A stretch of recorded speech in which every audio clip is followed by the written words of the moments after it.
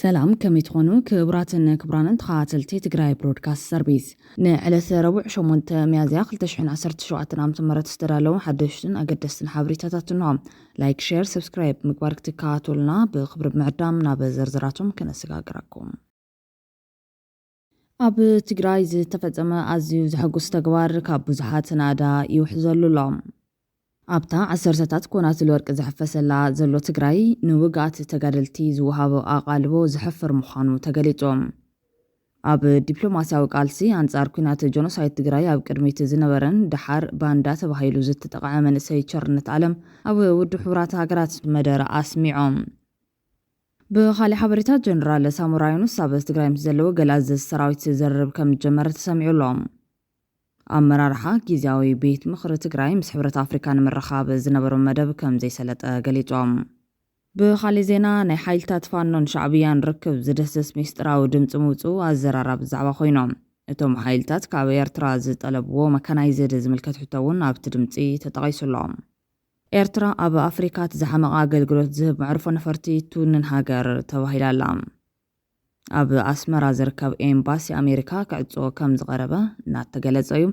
زياتمون كالو تقدس زبلنا يمعبالتاتن كنكافلوك منام بقدامنت أب تقراي استفاد عزيز حقوس تقوار كابو زحاتنا دا يحزلو لهم أب استفلا ليوانات بقوحلتن ورارتن كاب تقراين دقب مشتا وطيوم زنور حاد قطات بحادة قدوس سدرا اني هوتشيمين تقراوي بعدقيتنا بتقراي تمليسهم اللهم انهو لمدما بوكيلتهم عداق زخونة آيتو هوتشيمين أرام مارو أبيلهم نزوم بغان قطات سبا قئزن إبرايسة الملكة استقبر لهم تنتاين حاد قطات نبيرو بحالن توريزمن تقراي تركيبهم اللهم أبو نهوتشيمين ممهر أرام مارو أب تاريخ كعسو تقراي أب تنايش حنت شعاتميتن سان حمشن عام تمرت بشو أخوانا تباهيلو تقراي زبهال زنور أقلالز أب مقوام تقراي مبر تقراي أيكون انزبل مسن ممهر للجالم كالوتك اند مريح زنوران كوينو بسان كتتعامو دما عد ملكو كاب كعسو أقرز وخوانا من قصاص سبورت انت أقيدو زنوره مخانيو دحر بايتو زملكت إنه حزد مانتي 10 تاريخت انتاو سلطان هزب تقراي كاب سر مسارتو كتأفى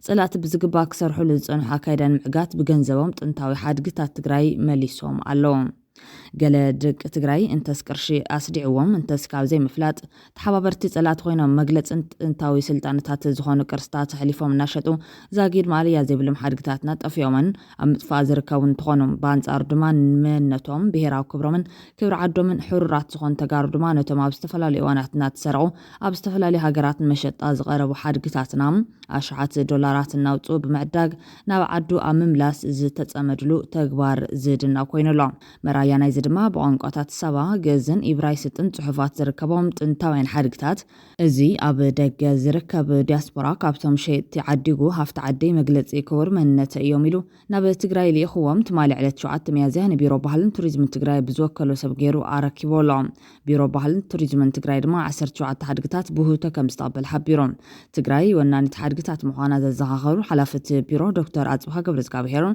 انتخونا جنزم حادقتات بستفلالي من قدنات أفون أو حادقان ناتون كم تسنحو قليزهم دكتور أزبها محبرا مرحب فيسبوك أبز سفر وملختي أبيد تكالاتن والكسباتن زركب وحادقتات نابت بيرو بوهوتو مركب أب معقب حادقين تاريخ بهلن منت تقراي وسانن كل كسع وزقباسن ناي تكبار مخان دما قليزهم ألوم بخالي زينا أبتا 10 ستات كونات الورق يزحفس اللازلو تقراي نوقات تقادلتي زوهابا غالبو زحفر مخام تقليتهم أبا كونات انت تقراي نهزبهم كادحنوا كالم زبجو تقادلتي تقراي بحجرة حكم الناي ساقايم هلام أسوشتد برس زتابتابا خوينو اتفلت أمن ناي تباح تقراي حدقنيا ملختي زحازة تورق يزقحت زلو مرحنا دما كحفرلو زقبا مخانيو زيقل زلو حزي أبا كلتا دم بتفالي زلو مرحنا تورق تقراي بخون تالات يزمت كم زلو ببقصو كغلص صنيحيوم كاب تግራይ ኣብ ውሽጢ 5 ወርሒ 41 ኩንታል ወርቂ ናብ ብሔራዊ ባንኪ ኢትዮጵያ ኣትዩ 41 ኩንታል ወርቂ እዚ ልዕሊ 60 ቢልዮን ንሕና 10 ገለመለ ቢልዮን ባጀት ከወና ብክንደይ ቀጥቀጥ عمتاو بجتنا جزياو ممحدار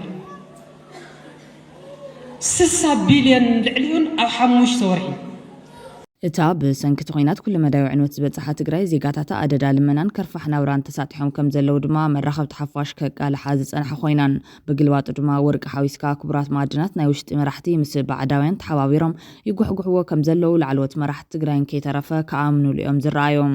ኣብዚ ትዝሕዝን ፍጻመ ግና ማዕኸን ዜና ኣሶሽየትድ ፕረስ ንጉዳት ኩናት ትግራይ ኣመልኪቱ ኣብ ዘርጉ ሓበሬታ ብሰንኪ ዝገጠሞም ኣካላዊ መጉዳትን ዝኸፍአ ጥዕናውን ማሕበራዊ ቁጠባውን ፀገማት ይቃልዑ ምህላዎም ኣቃሊሕዎም።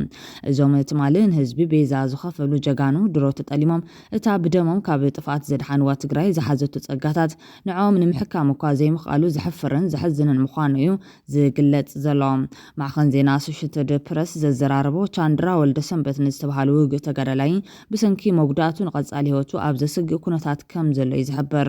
ቅድሚ ሕዚ ኣብ ከተማ ሽረ እንዳስላሴ ብስራሕቲ መስተንግዶ ሆቴል ይሰርሕ መንባሩ ዝገለጸ ወዲ 41 ዓመት ተጋዳላይ ቻንድራ ኣብ ኩናት ጽንተት ትግራይ ተሳቲፉ ብሰንኪ ዝበፅሖ መጉዳቲ ሕዚ እውን ኣብ ኣካላቱ ዘይወፅእ ሓፃዊን ከም ዘሎ ይገልጽ።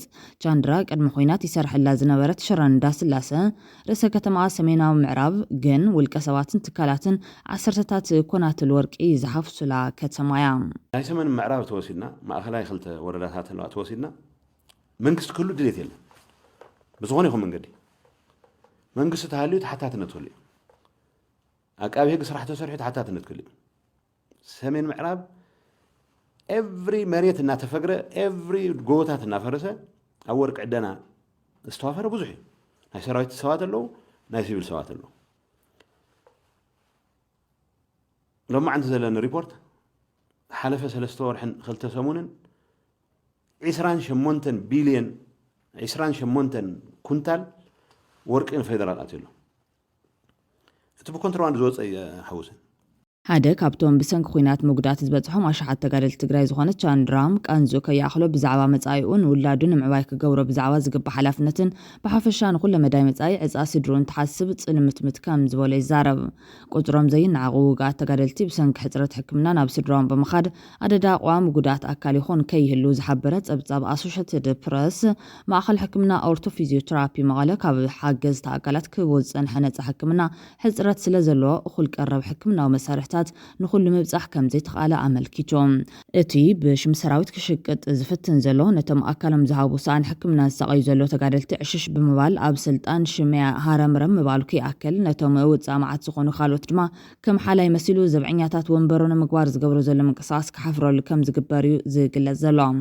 ኣብ ትግራይ ካብ ዘለውን ዝነበሩን ብዙሓት ፖለቲከኛታትን ኣዘዝቲ ሰራዊትን ብቁፅሪ ውሕዳት ዝበሃሉ ንጉዳት ጀጋኑ ንምሕካም ንጡፍ ምንቅስቓስ ብምግባር ዝፍለጡ ኮይኖም እቶም ዝበዝሑ ግና ብዙሕ ክንቀሳቀሱ ኣይረኣዩን። እዚ ድማ ነቶም ጀጋኑ ተራ ተጋደልቲን ውልቃውን ጉጅላውን ተጠቒሞም ንምድርባይ ካብ ዘለዎም ድሌት ምዃኑ እዩ ዝእመን። ጊዜያዊ ምሕዳር ትግራይ ተዋህበቶ ልኾን ሓላፍነትን ብተግባር ተዋህቡ ዕማም ከይፈጸመ ጻንሕት ግዚኡውን ስለ ዝወደአን ኣብ ዕድይኒ ስለ ዝርከብን ህዝብናውን ግቡእ ግልጋሎት ስለ ዘይርክብን እዚ ዝደኸመን ተልእኹ ዝረስዐ ጊዜያዊ ምሕዳር ዝትክዎ ኣመራርሓ ተተኪኦም ክመዓራረ ይግባእ። ምክንያቱም ኣብዚ ጉዳይ ዝተዋፈሩ ሰባት 28 ኩንታል 28.25 ኩንታል ኣብ 4 ወርሒ ዘይመልእ ግዜ ማለት እዩ። ስለዚ ዝተዋፈረ ብሰፊሕ ሓይል ኣሎ። ብዝኾነ መንገዲ ስርዓቱ ዘለዎ መንገዲ ክመራሕ ድሌት እዩ። ሓደ ግዜ ጊዜያዊ መንግስቲ በልጽጉ ይብል፣ ሓደ ግዜ ጊዜያዊ መንግስቲ ባንዳ ይብል።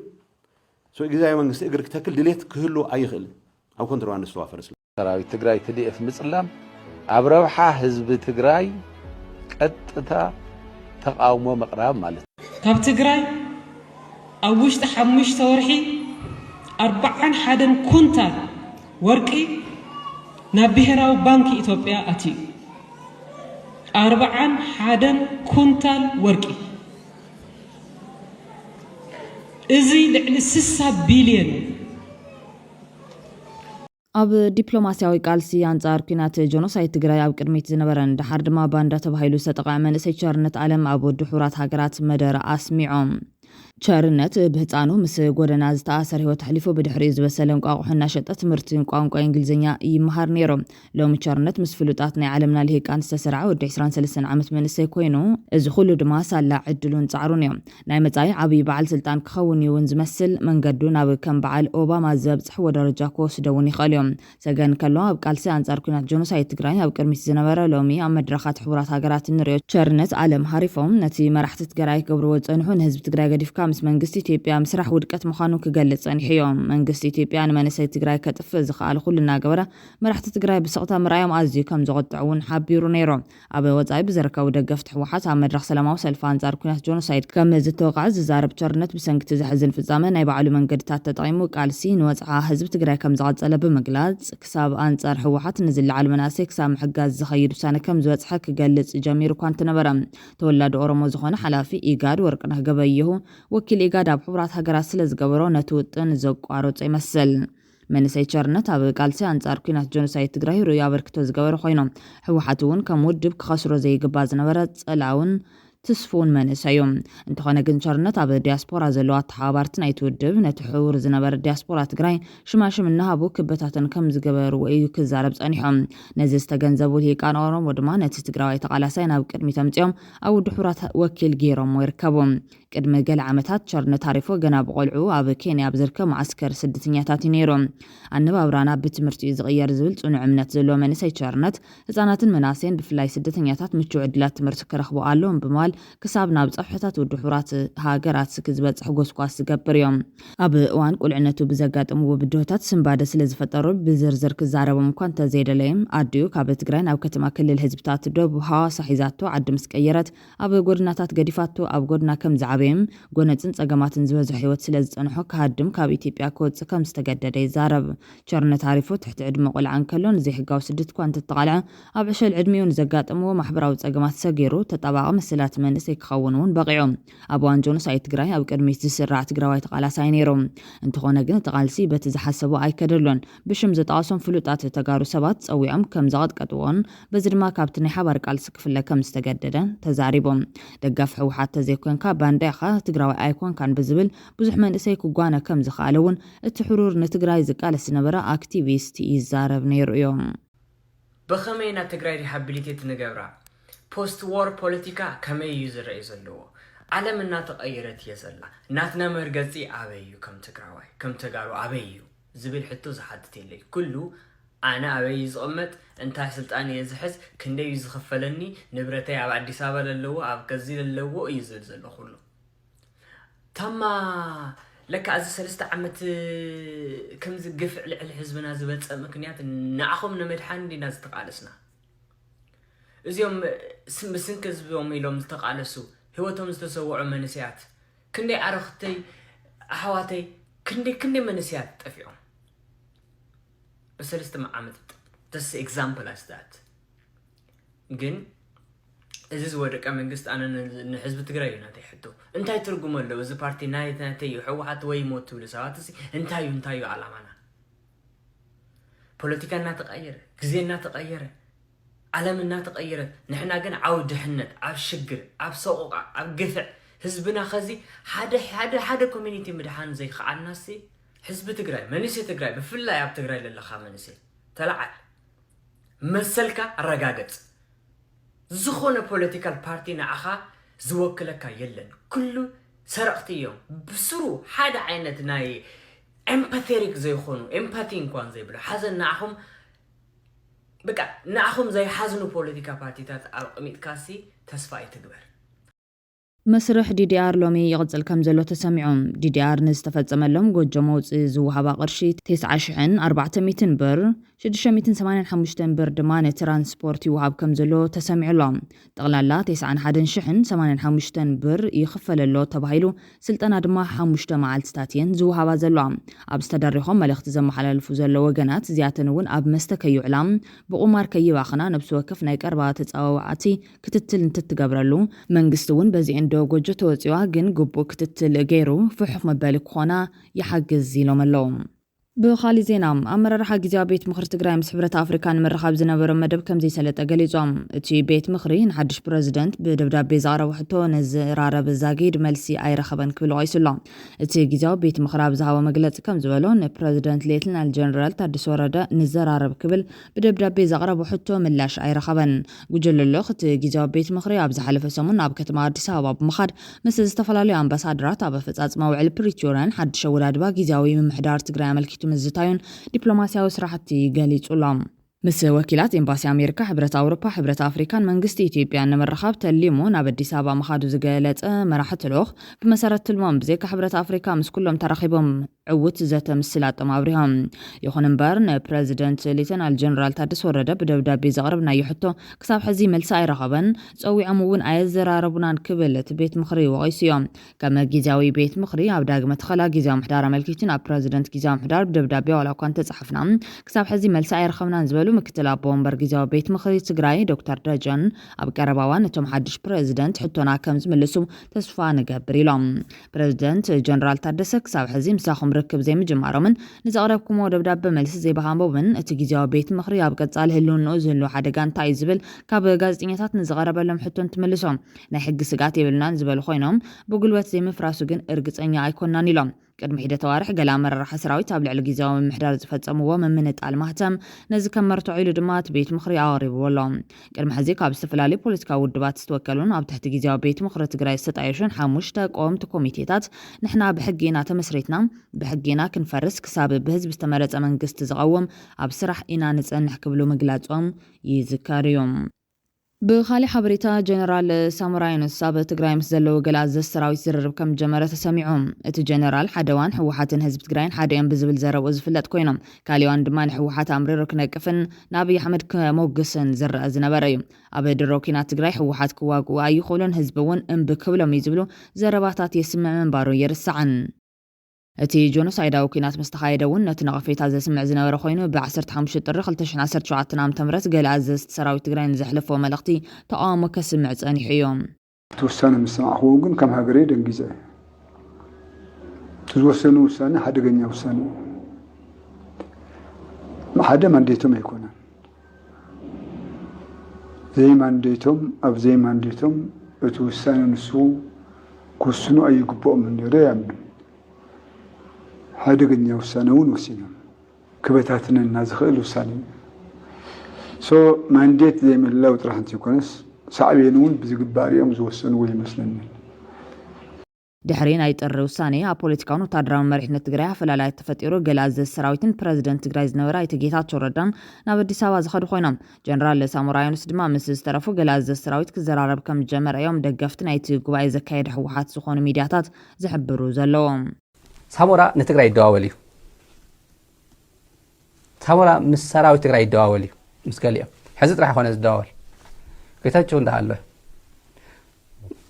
مستم قاليم بقى عين قصينا مستم من لوات مقياس تغور لم طرح خالص الداول نيرو حزوكم زلو ولي الداول نيري قاليم له ابتري له تاي الداول أبين جنرال ساموراينسن كابت كال دحنت إنسا جميرهم مفاقرتن تخونو أببين وانات نحد حدام كمو غاغسو زصن حيام أبي جنا وقول دو تدر وقول የኢንሳም አባል ሆነ ወቆለ ከዛ በኋላ ደግሞ ኦህዴድ ሲሆን ወቆለ ባይዘወይ አብይ መኮንን ሆኖ በባድመ ግንባርም ከኔ ጋር ነበር ስራው ያው በነበረበት ክፍል ይሰራ ነበር ማለት ነው ከዛ በኋላ ለስልጠና 5 ልጆች ወደ ሳውዝ አፍሪካ ተላኩ እና ከነዚህ 5ቱ አንዱ ነበር እና የተማሩትን ሐሳብ ይዘው ዝም አላሉ ፕሮፖዛል ያቀርቡ 5ቱ ከነሱም አንድ ነው እሱ ኢኒሺዬቲቭ ጥሩ ነው ሐሳቡ ጥሩ ነው ለኔ ነው ያቀረቡት እኔም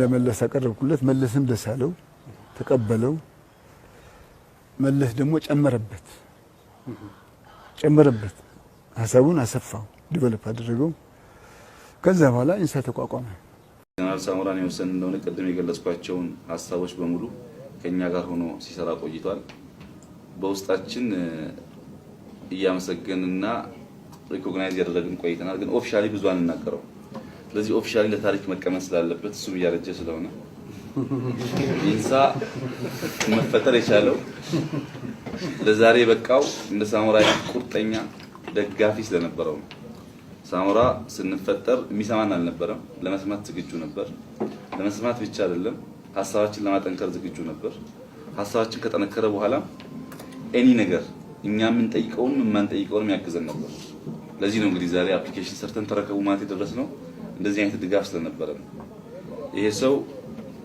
እኛ ማን ቆይም ግን ኢንሳ እንደ ታሪክ እንዴት እንደተፈጠረ እነ ቱርክ እነ ቻይና ሰዎቻቸው እንደሚያሱት ሁሉ የማይተካ ሚና የነበረው ሰው መሆኑን ኦፊሻሊ መናገር እንፈልጋለን ሰነዶቻችን እንዲቀመጡ እንፈልጋለን ቋሚ ሆኖ የሚዘልቅ ነገር የለም ኢንሳ ከጥቂት ዓመታት በኋላ ታሪካዊ ተቋም ይሆናል በዛ ጊዜ እንዴት ማን ፈጠረው የሚል ጉዳይ ብዥታ መኖር የለበትም ታሪኩ እንዳለ ሳይዛባ መቀጠል አለበት እና ኦፊሻሊ ጀነራል ሳሞራን በጣም ማመስገን እንፈልጋለን ምስጋናችን ለመግለጽም ትንሽ ማስታወሻ አዘጋጅተናል ምስጋናው ለእሱ እንዲስቅ ሳይሆን ታሪኩ እንዲቆይ ነው ምክንያቱም በአዲሱ መከላከያ ስትራቴጂ ያሽማግሌዎች ይወጡ ነው ስለዚህ ሽማግሌዎች ሲወጡ የነበራቸው ሮል ደግሞ እንዲቀር አንፈልግም በጣም እናመሰግናለን ቀጣይ ፕሮግራም ማስታወሻ ይመስለኛል ተሰራን በኋላ እናመጣለን አይ ደና በእጅ ነው የሰራነው ይሄን ገሰና አይደለም ኢንሳይዳር ይኹን እምበር ጀነራል ሳሞራ የኑስ ኢታማጆር ሹም ሰራዊት ኢትዮጵያ ኣብ ዝነበረሉ እዋን ኣብ ኦሮሞን ኣምሓራን ይፈስስ ዝነበረ ደም ተጋሩ ደው ከብል ብዘይ ምግባሩ ከምኡውን ኣብ እዋን ጆኖሳይድ ትግራይ ኣብ ጎኒ ኣብይ ብምዃን ብወገን ትግራይ ብክሕደት ዝኸስዎ ብዙሓት እዮም እቲ ጀነራል ነዚ ክሲ ዝነፀጎ ኮይኑ ሕዚ ድማ ኣብ ጉዳይ ቀይሕ ባሕሪ ኣመኻሪ ኮይኑ ዝብል ክሲ ዝቐርበሉ ኮይኑ ብዛዕባ ዝምልከት ምላሽ ግና ኣይሃበን ዘሎ ሳሞራ የኑስ ግን እኔ በዚህ አጋጣሚ ብታስተላልፉልኝ የምፈልገው መልእክት ምንድነው አሁን በማላይ እንዳቄም አላውቅም ህዝቡን ያቄምከው ለምንድን ነው በህዝቡ ላይ ቂም ያዝከው ለምንድን ነው እና ከጨፍጫፊዎች ጋር ተባብረህስ አይበቃህም ወይ የሚል ጥያቄ ነው ከጌታቸው አሰፋም ሆነ ከሌሎች አብረውህ በስልጣን ላይ ከነበሩ የምንድን ነው የተለያዩ ነገሮች አጋሮች ጋር የነበረ ቂም በህዝቡ ፍጅት ላይ እስከ መሳተፍ የሚያደርስ ሲክነስ ያመጣብህ ለምንድን ነው ብላችሁ ብትጠይቁት ደስ ይለኛል በ2013 ጦርነት እሱ ይከዳል አውቃለሁ ግን ከአብይ አህመድ ጋር የጦር ፕላን ዝግጅት ላይ እንደተሳተፈ ይታወቃል በተወሰነ በመጀመሪያ ወራት አካባቢም የኦፕሬሽናል በሆኑ ጉዳዮች ላይ በትግራይ ውስጥ ሊገኙ ይችላሉ ብሎ በሚገምታቸው መደበቂያ ቦታዎች ዙሪያ ለአብይ አህመድ ሐሳብ ይሰጥ እንደነበርም ይነገራል አሁን ከዛ ጦርነት ከወጣ በኋላ እንደመጸጸትና ማለት የነዛ ጨለማ ጊዜያት በሌላ የዝግታ ጨለማ ከተተኩ በኋላ ማለት ነው እስካሁን ከሄደበት መንገድ ወጥቶ ወይ የግል ህይወቱን እንደመቀጠል ወይ ሌላ ኮንስትራክቲቭ የሆነ ነገር ውስጥ ከመሳተፍ ይልቅ አሁንም በትግራይ ውስጥ ባለው ፖለቲካ ከአብይ በኩል ሆኖ እንዲህ አይነት ሚና ለመጫወት የሚወስነው እንዴት ያለ እስከ አጥንቱ ድረስ የደረሰ ጥላቻና ቂም ቢኖረው ነው የትግራይ ህዝብ በህወሓት ተከልሎ እሱ ኢታማጆር ሹም ሲሆን ወይ ሌላ አይነት ነገር ሲናገር ከዚያ ቀደም ህወሓትና ትግራይ አንድ ናቸው እያለ በኋላ ከዛ በፊትም ሆነ በኋላ ለተነዛው ዘረፈጅ ትርክት እንጨት ሲያቀብል የነበረ አንድ ግለሰብ ልክ እንደተበደለ ሁሉ አሁንም እያቄመ ከአብይ አህመድ ጋር በነገሮች ሁሉ እየተባበረ ያለበት ምክንያት ግራ የሚገባ ነው ወናው አሁን አብይ አህመድ ወደ ኤርትራ ሊያካሄድ ለሚፈልገው ዘመቻ አንድ ዋና አማካሪ ሆኖ እየሰራ ስለመሆኑም እየተነገረ ነው ትግራይን በተመለከተ ይሄ እገሌኮ ለአንተ ይሄን ያህል ካልታዘዘ ከሾምከው በኋላማ ችግር ይፈጥርብሃል እያሉ ማለት ምን ያመጣዋል እንደዚህ ያለ ጥላቻ እንደዚህ ያለ ሪዘንትመንት ምንጩ ምንድነው ሜቢ የትግራይ ህዝብ ባንተ ላይ ፈጸመው በደል አንተን ለዛ ሁሉ ጊዜ ስልጣን ላይ እንድትቆይ ማረጉና አለቀጥ ማክበሩ ነው ወይ? ህወሓትን በጠይቀው ጥያቄ ነው። ባለፈው አቶ ማሙድ እዚህ መጥቶ በነበረ ጊዜ የትግራይ ህዝብ አላግባብ በመታዘዝ ነው ወይ የበደላችሁ? በአንድ መድረክ ላይ አንድ አዛውንት እንደጠየቁት ከልጆቻቸው ልጆች አባቶቻቸውን ከሚታዘዙት በላይ ህዝቡ ህወሓትን ሲታዘዝ መቆየቱ ነው ወይ በደሉ? እና ምን አደረግናችሁ? በቃ ማሩን፣ የበደልናችሁ ካለ ይቅርታ አድርጉልንና ተውን የሚል ጥያቄ እያቀረበ ነው ብዬ አንስቼለት እንደነበረው ሁሉ ለሳሞራ የምጠይቀው ያንን ነው። ወደ ብዙ ከዚህ በላይ አሁን ከጠቀስኩት በላይ ዝርዝር ውስጥ መግባት የሚያስከትላቸው ሌሎች ችግሮች ስላሉ ለጊዜው ላቆየው። ኢን ዲው ኮርስ ነገሮቹን እገልጻለሁ። ግን ይህንን መልእክት አሻግሩልኝ።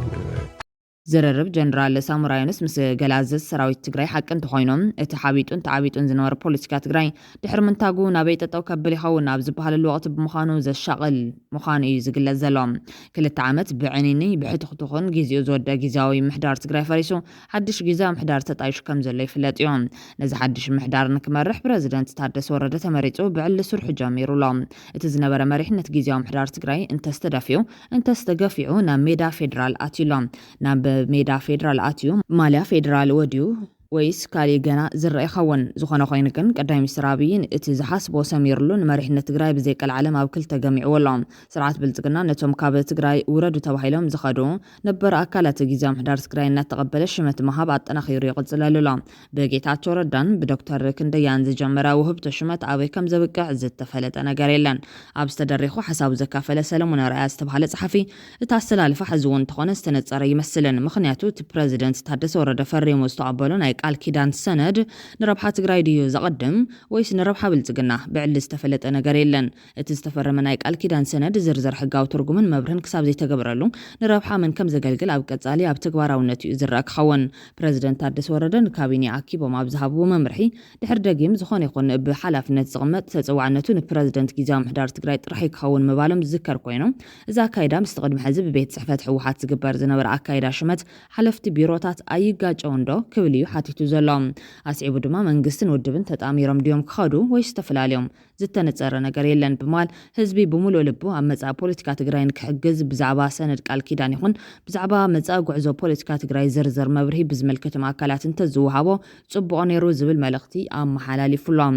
ፕረዚደንት ታደሰ ወረደ ኣብ ቅድሚኡ ሓያል ፖለቲካዊ ብድሆ ይጽበየሉ ዝብል እቲ ጸሓፊ ነዚ ብድሆ በዲሁ ክሓልፍ ድማ ናይ ነብሲ ወከፍ ትግራዋይ ሓገዝ የድልዮ ኣሎ። መጻኢ ፖለቲካ ትግራይ ምዕሩይን ሰዓራይን ክኸውን ህዝቢ ውድባት ትግራይ ሰራዊትን መንግስትን ከማይን ጸባን ተዋሃይዶም ክኸዱ ይግባእ። ፖለቲካ ኣፈላላይና ብዘይገድስ ትግራይ ካብቲ ኣትያቱ ዘላ ዓዘቕቲ ንክትወፅን ሉኣላውነታ ንከተኸብርን ህዝባና መረበቱ ንክምለስን ፈቲና ጸሊና ብሓድነት ኣብ ሓደ ክንጸንዕ ይግባእ። እቲ ምትፍናን እቲ ድሑር ከባባያውነት ጸረ ሓድነትን ጉዕዞ 2 ዓመት ሓመድ ድበከ ነልብሶ ኣለና። እወ ድሕረትን ክሕደትን ፖለቲካ ትግራይ ሓንሳብን ሓዋሩን ኣብ ዓሚቕ ጉድጓድ ክቕበር ኣሎ። ሰላም ንህዝብን ሃገርን ትግራይ ህዝቢ ትግራይ ይስዕር ዝብል መልእኽቲ ኣመሓላሊፉሎም። ኤርትራ ኣብ ኣፍሪካ ዝሓመቐ ኣገልግሎት ዘመዕርፎ ነፈርቲ ትውንን ሃገር ተባሂላ ኣላ። ኤርትራ ኣብ ኣፍሪካ ዝሓመቐ ኣገልግሎት ዘመዕርፎ ነፈርቲ ትውንን ሃገር ተባሂላ ካልኣይ ደረጃ ሒዛ። ግሎባል ፋየር ፓወር ዝተባሃለ መጽናዕታዊ ትካል ብዘቕረቦ ናይ 2025 ጸብጻብ ሃገራት ኣብ ኣፍሪካ ተዝሓመቐ መዕርፎ ነፈርቲ ኣገልግሎት ትውንን ሃገር ተባሂላ ቀዳማይ ደረጃ ዝሓዘት ሴራሊዮን ክትከውን ከላ ኤርትራ ካልአይቲ ቤኒን ድማ ሳልሰይቲ ተሰሪዐን ይርከባ። እቲ ትካል ከም መመዘኒ ዝተጠቐሱ ነጥብታት እቲ መዕርፎ ነፈርቲ ዝህቦ ኣገልግሎት መጓዓዝያ መጸበይ ገያሾ ዝውንኑ ኣገልግሎታት ምቹውነት ቱሪዝምን ንግድን ዝኣመሰለ እዩ። በዚ መመዘንታት እቲ መዕርፎ ነፈርቲ ኣስመራ ኣብ ኣፍሪካ ዝሓመቐ ተባሂሉ ኣብ ካልኣይ ደረጃ ይስራ። ኣብ ኣፍሪካ ዝበለጸ ኣገልግሎታት ዘመዕርፎ ነፈርቲ ትውንን ተባሂላ ቀዳማይ ደረጃ ሒዛ ዘላ ሃገር ደቡብ ኣፍሪካ እያ። ኣህጉራዊ መጽናዕታዊ ትካል ግሎባል ፋየር ፓወር ብዘይካ መዕርፎ ነፈርቲ ኣብ ደረጃ ወታደራዊ ዓቕሚ ሃገራት እውን ዝርዝር ኣስፊሩሎም። በዚ መዳይ እዚ ድማ ኤርትራ ካብ 145 ሃገራት ኣብ መበል 120 ተሰሪዓ ትርከብ። ብኻሊእ ወገን ኣብ ኣስመራ ዝርከብ ኤምባሲ ኣሜሪካ ክዕጾ ከም ዝቐረበ ይግለጽ ኣሎ። ሚኒስተር ጉዳያት ወጻኢ ኣሜሪካ ሓድሽ ውጥን ምጉዳል ወጻኢታት ዝብል ፕሮግራም ከም ዝጀመረ እውን ይፍለጥ እዩ። ብመሰረት እዚ ትልሚ ዓመታዊ ወጻኢታት እቲ ቤት ጽሕፈት ብ50 ሚታዊ ክቕንስ ትጽቢት ከም ዝግበር ኣመልኪቱ ነቲ ስልሚ ንምትግባር ሓሳባት ከም ዝቐረበ እውን ገሊጾም እዮም። ካብቶም ዝቐረቡ እማመታት ምዕጻው 10 ኤምባሲታት ኣሜሪካ ይርከብዎም። እተን ዝዕጸዋ ኤምባሲታት ኣብ ኤርትራ፣ ግሬናዳ፣ ሌስቶ፣ ሪፓብሊክ ማእከላይ ኣፍሪካ፣ ሉክሰምበርግ፣ ዲሞክራሲያዊት ሪፓብሊክ ኮንጎ፣ ጋምቢያ፣ ደቡብ አፍሪካ፣ ማልታ፣ ማልዲቭስ እየን። ብመሰረት ጸብጻባት ኣብ ዘን 10 ሃገራት ዝርከባ ኤምባሲታት ክዕጽዋ እኳ እንተኾና ኣሜሪካ ኣብ ጎረባብቲ ሃገራት ብዘለዋ ኤምባሲታት ኣቢላ ምስ ዘን ሃገራት ዘለዋ ዲፕሎማስያዊ ዝምድና ክትቀጽል እያ። ኣብ መወዳእታ ንሓይልታት ፋኖን ሻዕብያን ርክብ ዝደስስ ሚስጥራዊ ድምፂ መውፅኡ ኣዘራራብ ዛዕባ ኮይኖም እቶም ሓይልታት ካብ ኤርትራ ዝጠልብዎ መካናይዝድ ዝምልከት ሕቶ እውን ናብቲ ድምፂ ተጠቒሱሎም። ክልላት ኣምሓራን ኦሮሞን ኣንጻር ስርዓት ኣብይ ኣሕመድ ሰፊሕ ወታደራዊ ፍርታት ጀሚረን ኣለዋ። ግንባር ናጽነት ኦሮሞ ካብ ትማሊ 16 ሚያዝያ 2025 ጀሚሩ ኣብ መላእ ክልል ኦሮሞ ዝካየድ ዘመቻ ሺ ግንባር ብዝብል ስያመ መጥቃዕቲ ከም ዝጅምር ኣፍሊጡሎም። ብተወሳኺ ኣብ ክልል ኣምሓራ ዕጡቕ ሓይል ፋኖ አንድነት ዘመቻ ብዝብል ስም ጥሙርን ሰፊሕን መጥቃዕትታት ካይዱ ምጅማሮም ይዝካር።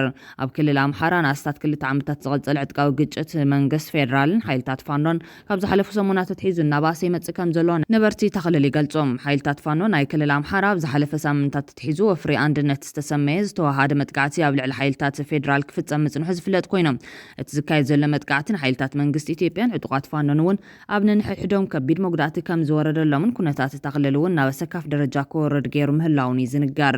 ግጭት ፋኖን መንግስት ፌደራል ድሕርቲ ኣብ ፕሪቶሪያ ዝተፈረመ ውዕል ምቁራጽ ተጻብኦ ሰሜን ኢትዮጵያ ኣብ ዝፍቀድ ኣዋርሕ ፍልልይ ዝተወልዐ ግጭት ኮይኑ ኣብ ዝሓለፈ 2 ዓመታት ጥራሕ ህይወት ሸሓት ዜጋታት ከም ዘህለቐን ገና እውን ይቕጽል ምህላውን ዝገለጹ እቶም ነበርቲ ብሰንኪቲ ደማዊ ግጭት ህዝቢ እታ ክልል ኣብ መሪር ስቓይን ተስፋ ምቑራጽን ወዲቑ ምህላው እዩ ዘረድኦም።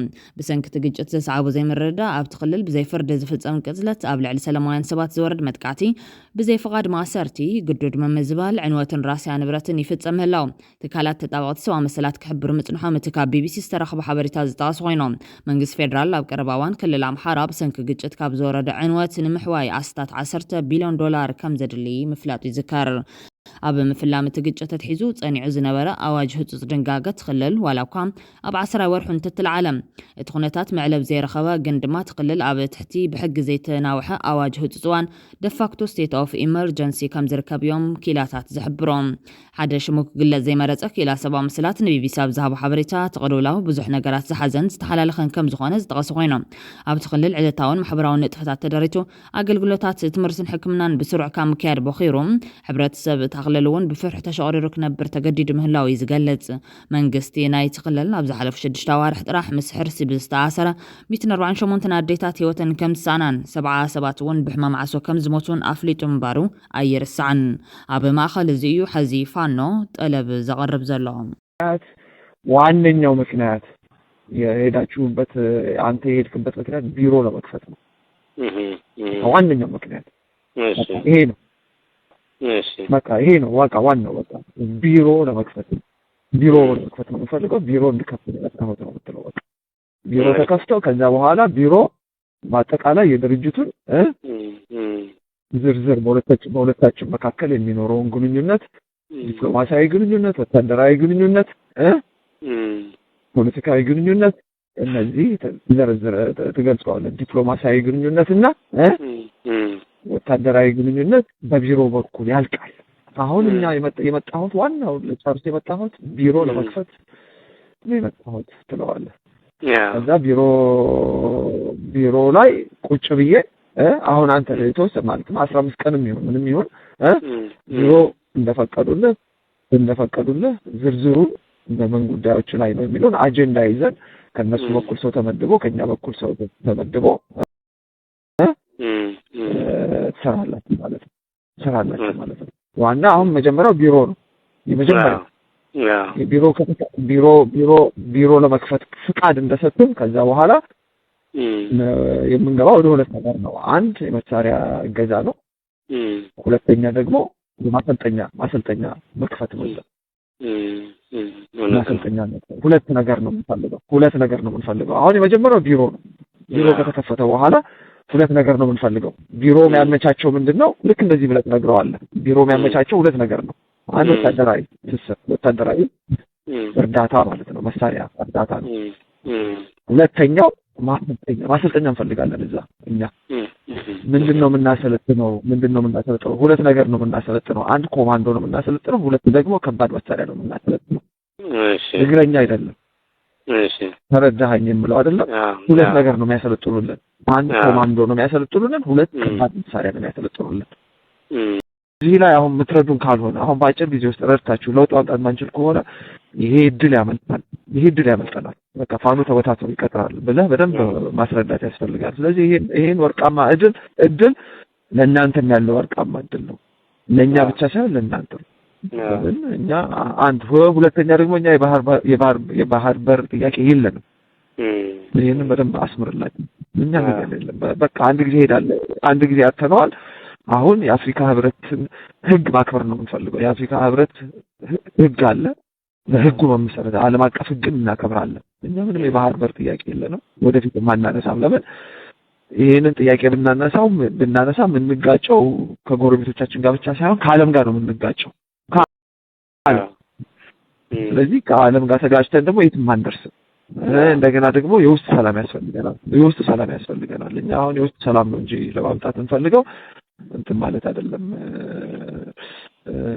ከጎረቤት ሀገራት ጋር መናቆር አይደለም። የውስጥ አንድነት የለንም እኛ ከጎረቤት ሀገራት ጋር ለመናቆር። ስለዚህ እኛ ዓላማችን የውስጥ ሰላም ማምጣት ነው። ይሄ ደግሞ ምንድነው? ይሄ ጠርዝ የነካ ያለፈው ጊዜ እሱም ብሏል፣ ኢሳያስም ብሏል። ጠርዝ የነካውን ይሄ ብሔርተኝነት ማስቆም ነው፣ ዘረኝነትን ማስቆም ነው። እኛ የምንታገለው በመሰረቱ የጄኖሳይድ ምንጩም ዘረኝነት ነው። ስለዚህ ዘረኝነትን ከስር መሰረቱ መንቀል ነው የምንፈልገው። ስለዚህ የምንዋጋው ዞሮ ይህን ስርዓት ስንዋጋ ዘረኝነትን ነው የምንዋጋው። እንደውም በደንብ አስረግጠን መንገር አለብን። እሱም ስላለው የኢትዮጵያ ችግር ዘረኝነት ነው ብሏል። የዘረኝነት ፖለቲካ ዘረኝነት ነው። ስለዚህ እኛ የምንዋጋው ዞሮ የአማራን ችግር የምንፈታው ዘረኝነትን ከስር መሰረቱ ነቅለን ለመጣል ነው። ስለዚህ ራሱ ኢሳያስ ባለውም እንስማማለን። ይሄ የኛ ራዕይ የአማራ ራዕይ ነው። የ30 ዓመት ራዕይ ነው። ዘረኝነት ከኢትዮጵያ እንዲጠፋ እንፈልጋለን። ከአፍሪካ ቀንድ እንዲጠፋ እንፈልጋለን። የማንነት ፖለቲካ ነው ይሄን ያመጣብን እና የማንነት ፖለቲካን እኛ የግድ በአማራ ለመታገል ብንገደድም ማለት ነው ዞሮ ለኢትዮጵያ እንደማይጠቅማት ግን እናውቃለን። ግን የግድ ራሳችንን ለመከላከል በማንነታችን ተደራጅተናል። የግዴታ ነው። ጄኖሳይድ ተከፈተብን። ስለዚህ የምንታገለው እንዳማራ ነው፣ የተደራጀነው እንዳማራ ነው። ግባችን ግን ከስር መሰረቱ ኢትዮጵያን ውስጥ ኢትዮጵያን ከዘረኝነት ነፃ ማውጣት ነው። ከዘረኛ መንግስት ነፃ ማውጣት ነው። ከዘረኝነት ፖለቲካ ነፃ ማውጣት ነው። ልክ ሰውዬው ያለውን ነገር ትደግምላቸዋለን። ሁለቱ ደግሞ ይሄ ወሳኝ ነው። የባህር በር ጥያቄ የለም። እኛ ዘረኛ አይደለንም። ከኢትዮጵያ ውስጥ ዘረኝነትን ለማጥፋት ነው የምንንቀሳቀሰው የሚለውን ካስረዳሃቸው እኔ በደንብ አብረን መስራት የምንችል ይመስለኛል። መልካም። እሺ ክቡራን ተኸታተልቲ ትግራይ ብሮድካስት ሰርቪስ ነሰዓት ዝተዳለው ሓደሽትን ኣገደስትን ሓበሬታታት እዚኦም ይመስሉ። ላይክ፣ ሼር፣ ሰብስክራይብ ምግባር ስለትከታተሉና ኣዝና ንመስገን።